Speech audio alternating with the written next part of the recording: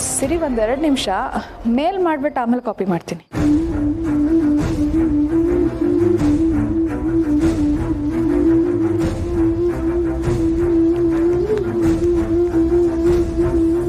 ಅದು ಸರಿ, ನೀನು ಯಾಕೆ ಇಷ್ಟೊಂದು ಟೆನ್ಷನ್ ಆಗಿದೆಯಾ?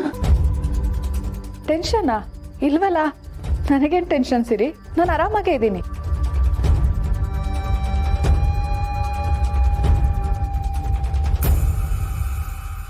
ಸಮರ್, ವಿಡಿಯೋ ಬಗ್ಗೆ ಏನಾದರೂ ವಿಷಯ ಗೊತ್ತಾಯ್ತಾ? ವಿಡಿಯೋ ಸಿಗ್ತಾ?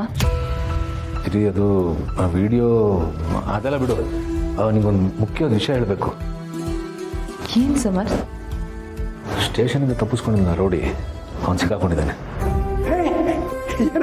ಏನಂದೆ? ರಬಡಿ ಸಿಕ್ಕಾಕೊಂಡ್ಬಿಟ್ನಾ? ಓಹೋ, ಎಂಥ ಸಂತೋಷದ ವಿಷಯ ಹೇಳಿದೆ ದಂಡಪಿಂಡ. ಹಾಗಾದರೆ ಹೆಚ್ಚು ಕಮ್ಮಿ ನಮಗೆಲ್ಲ ಸಾಕ್ಷಿಗಳು ಸಿಕ್ಕಾಗ ಆಯಿತು.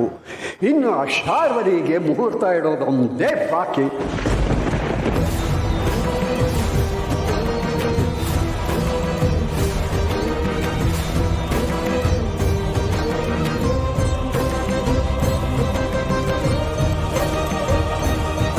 ಶಾರ್ವರಿನಾ?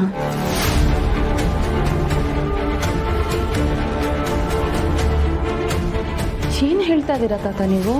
ಅದೇ ಕಣಮ್ಮ, ಈಗ ಶಾರ್ವರಿ ಕಾರಿಂದ ಆಕ್ಸಿಡೆಂಟ್ ಆಯ್ತಲ್ವಾ?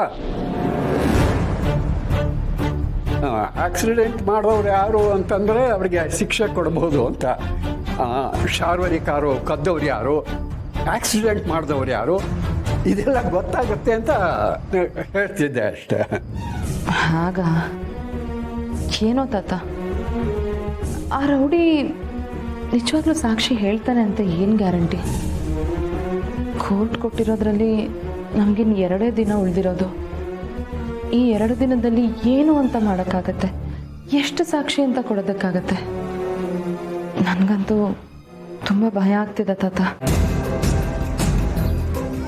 ಅಪ್ಪನ ಸಾವಿಗೆ ನ್ಯಾಯ ಸಿಗಬೇಕು ಅಂತ ನಾವೆಲ್ಲ ಅಂದ್ಕೊಳ್ತಾ ಇದ್ದೀವಿ. ಆದರೆ ಅಪ್ಪಿ ತಪ್ಪಿ ಈ ಕೇಸಲ್ಲಿ ಸಮರ್ಥಕ್ಕೆ ಶಿಕ್ಷೆ ಆಗ್ಬಿಟ್ರೆ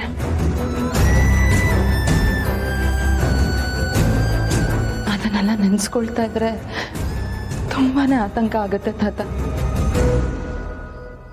ಇದೆಲ್ಲ ಯಾವಾಗ ಸರಿ ಹೋಗುತ್ತೋ ಏನೋ, ನನಗಂತೂ ಸಾಕಾಗೋಗಿದೆ.